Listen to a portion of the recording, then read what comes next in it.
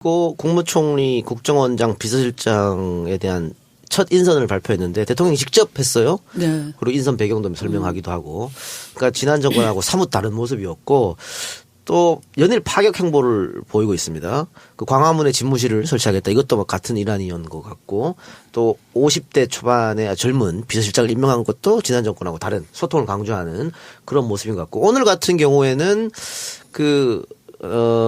비서관진들하고 식사를 함께하고 또 티타임 갖는 모습을 공개해서 소탈한 대통령 이런 모습을 좀 보인 것 같은데 사실은 이게 정상적인 대통령 모습 같아요. 페이스북에 내 일정을 다 이야기하고 그런데 언론에서 파격이다 자꾸 이러거든요. 너무 그전 조건이 이런 걸 소통을 못해서 그런가 싶기도 하고 또 한 가지는 저는 야 언제부터 종편에서 이렇게 민주당과 문재인이라는 사람을 칭찬한 적이 있었던가 좀 어안이 벙벙하기도 하고 물론 뭐 허니문 기간이라고도 하지만 요 1년에 며칠간의 일을 보면서 대표는 어떤 생각을 하셨습니까? 참 성실한 학생이셨듯이 네. 또 성실한 대통령이실 것 같다. 당신께서 취임 선서를 하시고 취임 연설을 하시면서 소통하는 대통령, 또 솔직한 대통령 되겠다 하셨는데 그대로 다 하실 것 같아요. 이 경상도 남자들이 무뚝뚝하고 마음에는 정이 많아도 표현을 못 하세요. 그렇죠. 네. 그래서 제가 이번에는 김정숙 여사께서 광주 호남 지역을 직접 월세방을 얻어놓고 그 주민들을 같이 소통을 하시면서 이제 후보 알리기를 직접 하셨어요. 근데 말씀도 별로 없으시고 그냥 미소로 어르신들 어깨 주물러 드리고 그렇게 하시더라고요. 그러니까 언론도 모르게 하시는데 하루는 이렇게 저는 전북을 갔다 오고 이제 김정숙 여사님은 광주를 갔다 오셨는데 용산역에서 마주쳤어요. 그래서 혹시 부족하거나 그런 거 없으세요? 후보에 대해서 그렇게 물으셔서 제가 솔직 토크로 사람들 보실 때마다 정말 이번에는 실패하면 안 된다 이런 생각으로 열심히 하고 있으니까 당 대표 빼놓고 모든 분들에게 보기만 하면 저를 위해서 고생해 주셔서 고맙습니다. 이렇게 좀 해주세요. 그랬어요.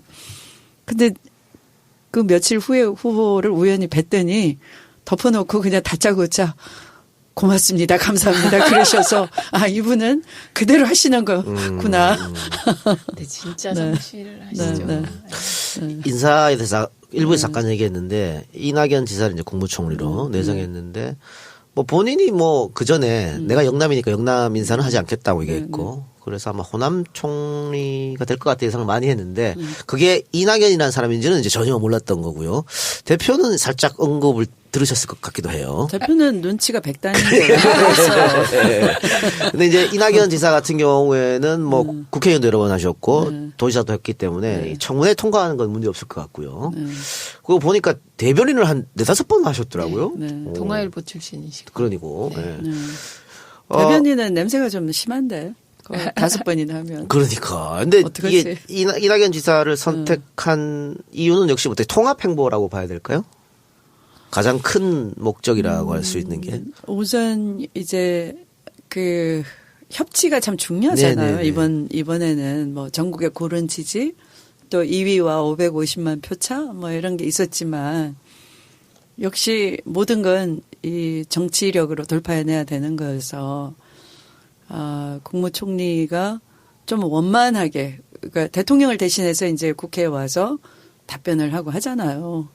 근데 그걸 아주 그냥 모관하게 이렇게 해버리면은 그게 고스란히 이제 국정 운영이 부담으로 되는 거니까 그런 국정 운영을 국회와 더불어 안정적으로 풀 수 있는 그런 역량을 갖춘 분으로 발탁했다 그렇게 생각을 해요. 통합과 협치에 방점을 뒀다 그런 인사라고 이제 해석하면 될 것 같고요. 어제 선대위 해단식에서 추미애 대표가 당내에 인사 추천위원회를 만들겠다 이런 얘기 하셨어요. 이 당의 인사추천위원은 앞으로 어떤 역할을 그럼 하는 거죠? 여태까지는 비선 실세가 항상 문제가 됐잖아요. 이 박근혜 정부의 최순실이 문제였고 문고리 3인방이 문제였고. 근데 사실 권력이 있는 곳에는 항상 그런 사람이 있어요. 분화방들이 달라붙죠. 또 그 분화방들이 누구에게 이렇게 네. 붙어서 가야 자기 소망을 풀 수가 있겠느냐 이렇게 찾아다녀요. 잘 알더라고요, 그 사람들. 네, 희한하게 네. 알더라고. 그래서 그걸 투명하게 하고 또 공개적으로 해서 이건 그런 비선 실세의 의혹 없이 누가 적재적소에 가는 것인지 뭐 대통령이 약속하신 아까 그런 공평하고 공정하고 정의롭고 이런 게 딱딱 맞아 떨어져야죠. 그게 대표적인 것이 인사예요. 그렇죠. 네. 그 청와대 네. 구성은 네. 그건 이제 대표님의 참모를 구성하는 거기 때문에 당이 개입할 여지가 좀 적죠. 그런데 내각에서 하는 모든 일이 제도화 되려면 그건 국회가 해줘야 되는 거예요. 그렇기 때문에 대통령께서도 그 정부 구성할 때 네. 그 당 중심으로 하겠다고 말씀을 하셨기 때문에 그 절차를 밟으시는 거잖아요. 그렇죠. 네. 네. 그러면은 어떻게 추천하는 형태가 되는 건가요? 그렇죠. 그러니까 인사를 그러니까 당에서 일단 인재 1차로 고르고. 풀식으로 예. 이런 인사들이 있습니다 있다. 하면은 뭐 그 안에서 이렇게 적임자를 이제 사실은 뭐 당은 조사권이 있지는 않으니까 신상 정보를 일일이 다 깨알같이 알 수는 없고 뭐 아주 그 디테일한 걸 점검할 수는 없는 거죠. 그런 도구는 없으니까. 그러나 이제 이른바 어떤 평판이나 그 사람의 자질, 평소에 보인 성실성, 책임감 이런 정도는 볼 수가 있죠. 그래서 그런 범위 내에서 하면은 뭐 그분들 중에도 뭐 도덕적 하자가 있다 그러면 어쩔 수는 없는 거지만 그건 자기 규책이지만 일단 당으로서는 그렇게 네. 추천할 수가 있죠. 알겠습니다. 네. 그런데 그 대통령이 후보 시절에 공약을 그 국민인사 추천제도도 만들겠다 이런 얘기했어요. 네, 국민추천제 하시겠다고 하셔서 또 약속 지키시려고 또 고민하고 계시리라고 생각이 돼요. 그리고 아까도 이제 그 이틀 동안의 행보가 나왔잖아요. 그런데 그게 박근혜 대통령이 4년 동안 했던 소통보다 더 많은 소통을 하셨다는. 지금 인터넷에 회자되고 있더라고요. 네, 인터넷에 이렇게 회자되고 있더라고요. 그리고 근데 너무 처음부터 찬양하지 마세요. 왜냐하면 그런 건 이제 하나의 국민들한테 저 이렇게 하겠습니다 하는 것이니까 그거는 하나의 이벤트이고 이런 거지 실제 그렇게 되도록 네. 엄중 감시를 해야죠. 그렇죠. 그게 당의 역할인데 근데 이런 거요. 그 이제 어디 갔는데 옷을 벗어서 걸어주려고 하니까 제 옷은 제가 걸겠습니다. 그게요 평소에도 그러세요. 그렇게 나온 권위의식이 없는 거죠. 네, 평소에도 이렇게 누가 이제 옷을 해주시려고 하면 그냥 괜찮다 그러고 벗고 그러세요. 근데 그거는 다 그러세요. 저희들 주변 민주당 저도 그렇게 사는데. 네, 다 그렇고 그다음에 그 참모들하고 밥 먹고 이렇게 격이 없이 대화하는 거 그게 일종의 로망이셨어요. 그래서 웨스트윙 있잖아요. 거기 보면 참모들은 책상에 걸터 앉고 뭐 이렇게 다리 위에 올리고 막 이런 거 있잖아요. 그 드라마 장면에. 대통령이 들어왔는데 안 일어나. 그렇죠. 네, 일 그거를 보다가. 되게 로망처럼 얘기하셨는데 저는 나중에는 좀 기분이 나빠지실지 않을까 살짝 걱정도 돼요. 근데 그게 뭐 본성이 있으니까요. 네.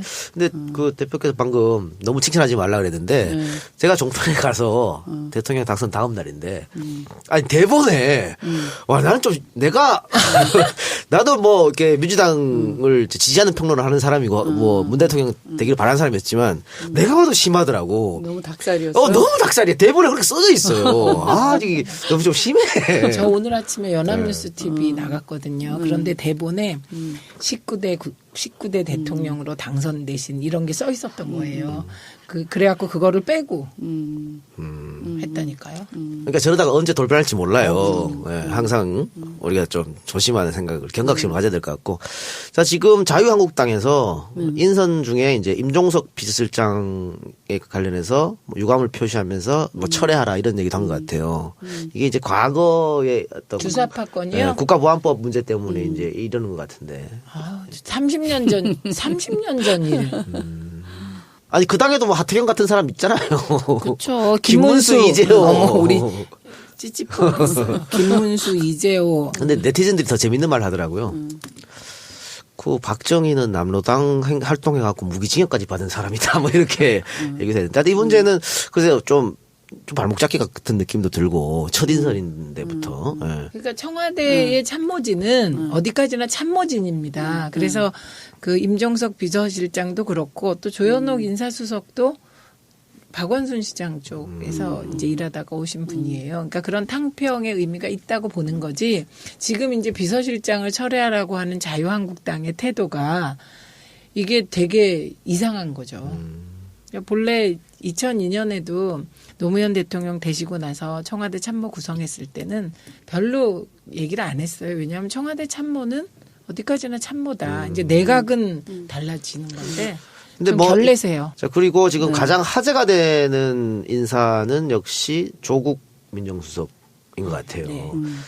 뭐 대표도 뭐 법률가 출신인데 이 민정수석에는 이명박 박근혜 정권 9년 동안은 다 검사 출신이 민정수석을 맡았습니다.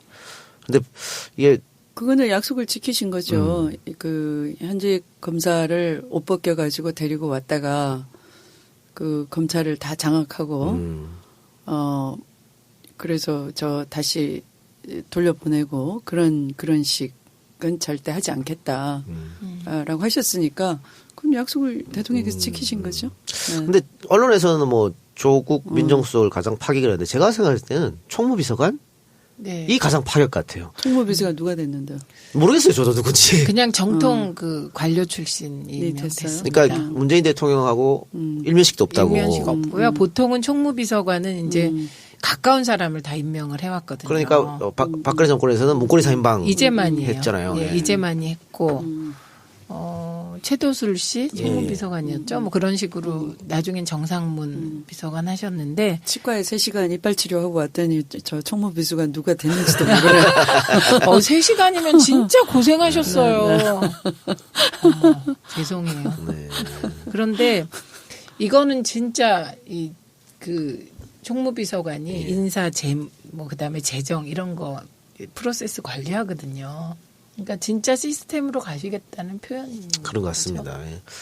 그리고 지금 문재인 대통령이 뭐 후보실에도 많이 얘기했던 거 적폐청산 또 국민통합 계속 얘기를 했는데 어떻게 보면 이게 반대되는 개념이기도 하거든요. 이걸 과연 이 작가님이 그런 질문 할 줄 몰라요. 그래요? 수준이 안 되는 질문이니까. 그래요? 그럼 설명 좀 해주세요. 예. 아니 그거 이 작가가 그렇게 생각하는 네. 게 아니고 일반인이. 언론이 이렇게 네. 문제 제기를 아, 한다는 다른. 거를 표현을 하신 거예요. 제가 저기잖아요. 그 해석. 그런 것 같아요. 네. 그런데 적폐청산이라는 건 그 우리 사회에 있어서는 안 되는 반칙 특권 또는 부패 기득권 이런 적폐를 청산하자는 거고 사회 통합을 한다는 것은 세대 계층 이념 아울러서 나를 안 찍은 국민마저도 포용하겠다. 그런 얘기죠. 전혀 다른 건데. 네, 그렇기도 하고 후보는요. 적폐청산이 안 되면 국민통합도 안 된다. 왜냐하면 섭섭해서 당한 사람들이. 특권이나 이런 거에 당한 사람들이 섭섭한데 어떻게 통합이 되냐. 네, 그렇게 설명도 하셨어요. 예. 그리고 뭐 일부에서도